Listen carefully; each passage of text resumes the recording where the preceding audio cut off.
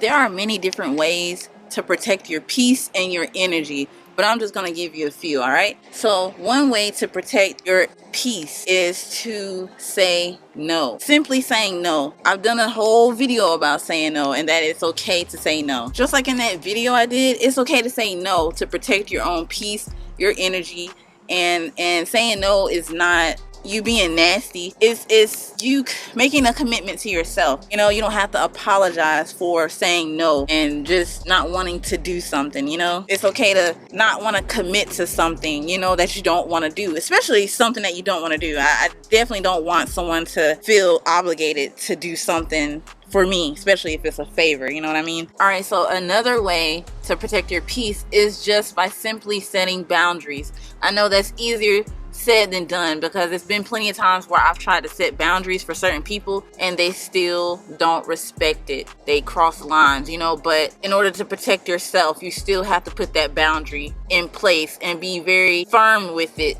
You know what I mean? Because if we don't set boundaries, it can be exhausting for us, you know, whether it's setting boundaries with family members, people at work, friends, you know, neighbors, whatever the case. You have to set boundaries for yourself.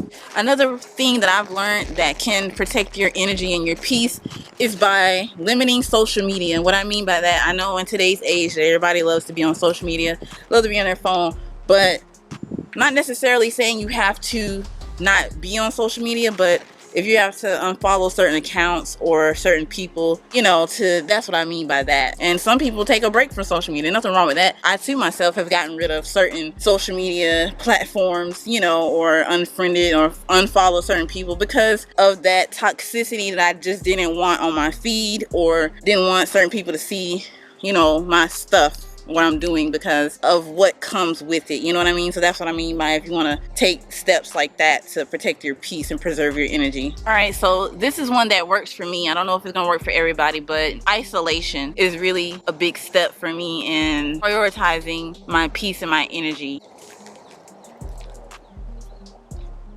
I love being in isolation. I love being alone because it gives me time with my thoughts. A lot of times when you're surrounded by a lot of people, a lot of things, a lot of distraction, it's hard to have that time alone with your thoughts. And I'm the type of person, I'm always thinking, I'm constantly overthinking, and isolation is a really good way to preserve your energy and peace. I mentioned in another video that you don't have to be around a whole lot of people to have fun. And what I mean by that is I'm not a people person. Obviously, you should be able to tell that by now.